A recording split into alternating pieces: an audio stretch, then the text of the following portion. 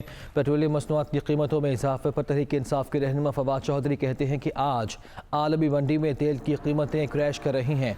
फवाद चौधरी की जानिब से ट्वीट किया गया। उन्होंने कहा कि पाकिस्तान में तेल मज़ीद महंगा कर दिया गया है। वजह सादा है, ये हुकूमत ना आवाम ने मुंतखब की है, ना ये आवाम को जवाबदेह है। फवाद चौधरी की जानिब से तनकीद की गई है क्योंकि पेट्रोल 2 रुपये 7 पैसे बढ़ाए हैं इस हुकूमत ने।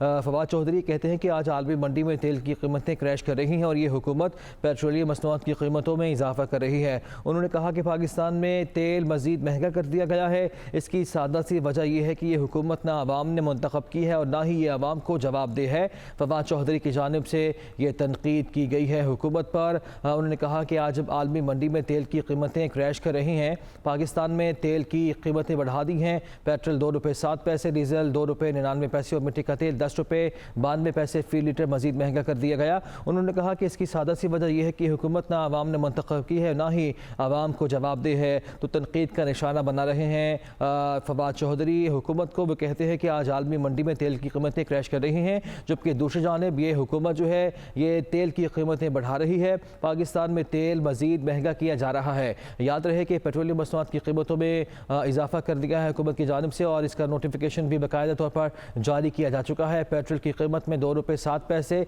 डीजल 2 रुपये 99 पैसे और मिट्टी का तेल 10 रुपये 92 पैसे फी लीटर मज़ीद महंगा किया गया है। इससे महंगाई का बोझ भी गरीब आवाम पर पड़ेगा और आवाम की परेशानी में यकीनी तौर पर इजाफा होगा और महंगाई का एक नया तूफान भी आएगा।